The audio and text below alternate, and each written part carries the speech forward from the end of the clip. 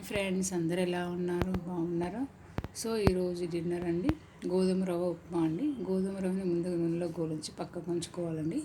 తర్వాత తగినంత ఆయిల్ వేసి ఆవాలు, జీలకర్ర, పచ్చిమిర్చి, వెల్లుల్లి, వెల్లిపాయలు, ఆనియన్స్ అన్నీ వేసి గోధుమ రంగు వచ్చేంత వరకు వేయించుకోవాలండి. తర్వాత మనకి ఏమైనా వెజిటేబుల్స్ ఉంటే కూడా యాడ్ చేసుకోవచ్చు అండి. ప్రజెంట్ నేనైతే వెజిటేబుల్స్ ఏమీ యాడ్ చేయలేదండి. కొంచెం కరివేపాకు వేసానండి. ఒక గ్లాస్కి 2 గ్లాసులు వాటర్ పోయాలండి.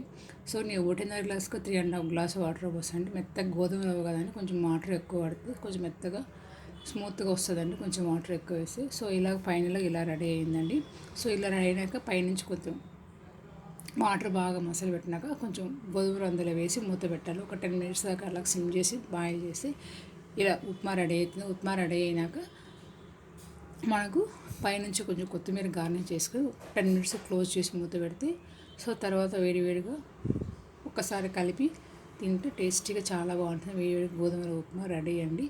ఓకేనా ఫ్రెండ్స్, మీకు నచ్చితే వీడియో మీకు నచ్చితే ఒక లైక్ చేయండి, షేర్ చేయండి, సబ్స్క్రైబ్ చేసుకోండి. మీ ఫ్రెండ్స్ ఎవరైనా ఉంటే వీడియోని షేర్ చేయండి ఫ్రెండ్స్. ఓకేనా ఫ్రెండ్స్, బాయ్.